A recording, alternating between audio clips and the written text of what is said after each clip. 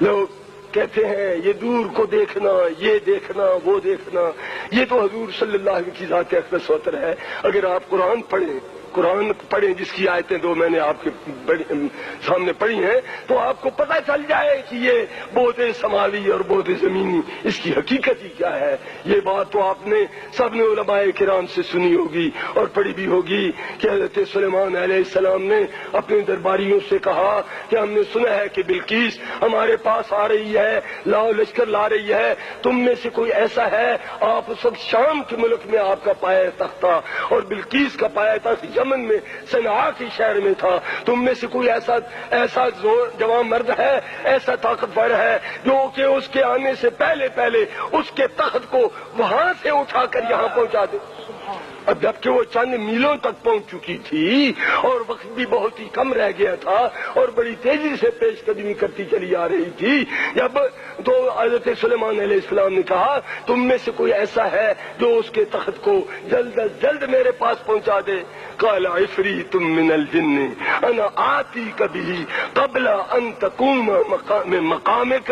اے سلیمان علیہ السلام، اگر اس خادم کو عفریت کہتے ہیں جو جنوں کا سردار تھا، جنوں کا سردار اٹھا اور اس نے عرض کی اے سلیمان علیہ السلام اگر اس خادم کو آپ اجازت دیں تو اگرچہ مسافت کئی ہزار میل دور ہے، اگرچہ وہ کئی قلعوں میں محبوس ہے اور اس کے اوپر پہرے دار ہیں اور اس کی پوری طرح حفاظت کی گئی ہے اور بڑا بھاری بھرکم بھی ہے، لیکن اگر آپ مجھے کہیں تو اس سے پیشتر کہ آپ کی مجلس برخاست ہو صنعاء کے ملک سے وہ بھاری بھرکم پتھر اٹھا کر میں آپ کے قدموں میں لا کر ادا کر سکتا ہوں۔ آپ نے فرمایا ہو کر سلیمان کا غلام اور اس معمولی کام کے لیے اتنی دیر؟ غیرت نبوت سلیمانی اس کو برداشت نہیں کرتی۔ اے میرے درباریوں، اور تم میں سے کوئی ہے جو اس حکم کو بجا لائے؟ قال الذی عنده علم من الکتاب، قال الذی عنده علم من الکتاب، وہ اٹھا جس کے پاس اور تو کوئی چیز نہیں تھی، کتاب کا علم تھا۔ کون سی کتاب؟ زبور نازل ہوئی تھی حضرت داؤد علیہ السلام پر جو باپ تھے حضرت سلیمان علیہ السلام کے، اور آپ ہی کی شریعت پر آپ عمل فرما رہے۔ تو قال الذی عنده علم من الکتاب انا آتیک بہ قبل ان یرتد الیک طرفک۔ اے حضرت سلیمان، اس غلام کو اگر آپ حکم دیں تو اس سے پیشتر کہ آپ آنکھ جھپکیں، یعنی ایک مرتبہ بند کر کے کھولیں، اس سے پہلے صنعاء کے ملک سے ہزاروں میل کی مسافت سے وہ سینکڑوں من بھاری بھرکم تک اٹھا کر میں آپ کے قدموں میں ڈالوں۔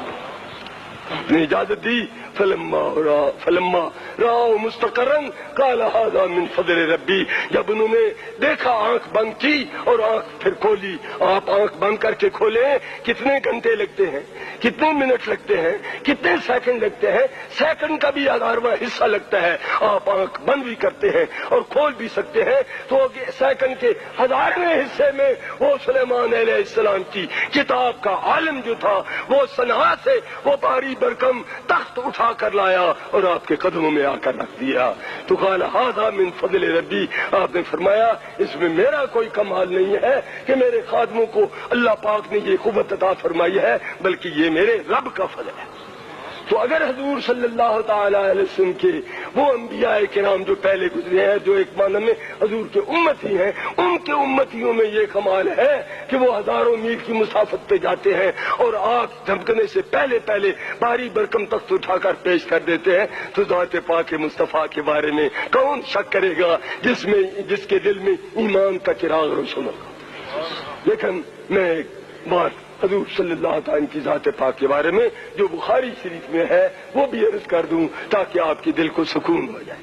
کوئی کہہ سکتا ہے وہ جی پہلے نبیوں کی بات تھی، پہلے ولیوں کی بات تھی، ہم تو حضور کے بارے میں کہہ رہے ہیں، کوئی آپ ثبوت پیش کریں۔ لیجئے یہ فقیر سے ثبوت، کس کی؟ بخاری شریف کی حدیث ہے، اس میں حضور صلی اللہ تعالی علیہ وسلم جہاد سے واپس تشریف لائے۔ کوئی بات سمجھیے بھی اور اس کو خدا کے لیے یاد بھی رکھیے تاکہ حضور کے ارشادات آپ کے ایمان کے سامنے سپر ہو جائیں، ڈھال بن جائیں اور اس کو ہر قسم کے تیروں اور تانوں سے بچا سکیں اور محفوظ کر سکیں۔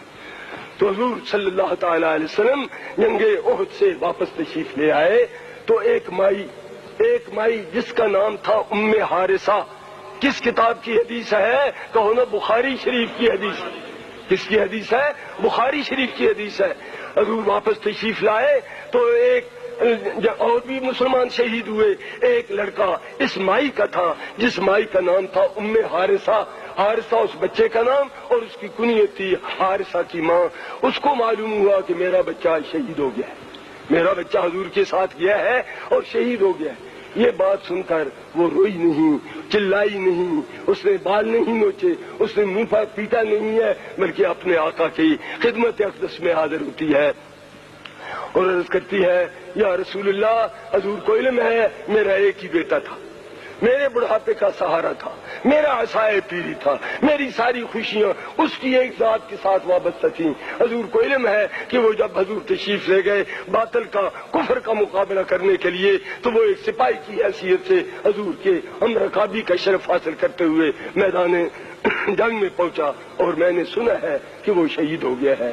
میں ایک بات پوچھنے کے لیے آئی ہوں کہ اے میرے آقا مجھے آپ یہ بتائیے میرا بیٹا کہاں ہے؟ کون کہہ رہی ہے؟ کہو نا ام حارثہ۔ کیا نام ہے اس صحابیہ کا؟ ام حارثہ۔ اے میرے آقا میرا بیٹا جس کا نام حارثہ تھا وہ حضور کے ساتھ گیا تھا میدان جہاد میں اللہ کا نام بلند کرنے کے لیے، تیرے دین کے جھنڈے کو اونچا لہرانے کے لیے۔ میں نے سنا ہے کہ اس نے وہاں شہادت پائی ہے۔ میں آپ کی خدمت میں اس لیے حاضر ہوئی ہوں، ایک بات پوچھنا چاہتی ہوں، اگر راہ کرم بتا دیں تو بڑھیا کو تسلی اور اطمینان ہو جائے گا۔ حضور نے فرمایا بتاؤ کیا پوچھتی ہو؟ یا رسول اللہ مجھے یہ بتائیے میرا بیٹا کہاں ہے؟ جنت میں ہے یا دوزخ میں ہے؟ جنت میں ہے یا دوزخ میں ہے؟ اگر تو وہ دوزخ میں ہے تو پھر رو کر آنسو بہا کر اساس بھر کر اپنے دل کے ارمان اور دل کا غبار تو کم از کم نکالوں، اور اگر وہ جنت میں ہے تو میں اپنے رب کا شکر کروں کہ جس نے بڑھیا کے بیٹے کو یہ شرف عطا فرمایا کہ اس دارالمحن سے نکال کر اس رنج و غم کی دنیا سے نجات دے کر راحتوں اور ابدی آراموں کی دنیا میں پہنچا دیا۔ تو اے میرے آقا مجھے آپ فرمائیے کہ میرا بیٹا کہاں ہے، جنت میں ہے یا دوزخ میں؟ تو حضور نے یہ نہیں فرمایا کملی مائی میں تو اب تک تمہیں توحید کا سبق دیتا رہا ہوں، معلوم ہے تمہیں جہنم کہاں ہے، معلوم ہے تمہیں جنت کہاں ہے؟ وہ تو بڑے ہی دور ہیں، بہت ہی دور دراز ہیں، میری آنکھ وہاں کیا دیکھ سکتی ہے؟ مجھے کیا پتا ہے کملی مائی، تو نے تو شرک کر دیا، تو نے تو توحید کی حدیں جو ہیں وہ توڑ دی، اثر نو پھر کلمہ پڑھ اور پھر اسلام قبول کر، یہ بات تم نے شرک کیا مجھ سے کیسے پوچھی؟ اللہ کے محبوب نے ایسا نہیں فرمایا، تو اللہ کے محبوب نے ایسا نہیں فرمایا۔ حضور نے کیا ارشاد فرمایا؟ یا ام حارثہ، یا ام حارثہ ان للہ جنان، اے حارث کی اماں اللہ کا ایک جنت نہیں ہے، اللہ کے بہت سے جنت ہے۔ اور ایک جنت کے بارے میں قرآن کریم فرماتا ہے کہ عرضھا، کہ اس کا جو طول ہے اس کا تو تم اندازہ ہی نہیں لگا سکتے۔ اس کا عرض جو ہے، طول ہوتا ہے نا لمبا حصہ، عرض ہوتا ہے چھوٹا حصہ، اس کا جو عرض ہے نا، ساتوں آسمان ایک دوسرے کے ساتھ ملائے جائیں، ساتوں زمینیں ایک دوسرے کے ساتھ ملائی جائیں تو ایک جنت کا ایک عرض ہوتا ہے جس کا عرض یہ ہو اس کے طول کا آپ خود اندازہ کر سکتے۔ تو فرمایا ان للہ جنان، اللہ کا ایک جنت نہیں ہے، اللہ پاک نے بہت سے جنت بنائے، اللہ تعالیٰ نے بہت سے جنت بنائے۔ وَإِنَّ ابْنَكَ أَصْحَابَ الْفِرْدَوْسِ الْأَعْلَىٰ، اور تیرا بیٹا پہلے جنت میں نہیں، دوسرے میں نہیں، چوتھے میں نہیں، ساتویں میں نہیں، جو فردوس اعلیٰ ہے وہاں تیرا بیٹا اللہ تبارک و تعالیٰ کی نعمتوں میں اپنی زندگی بسر کر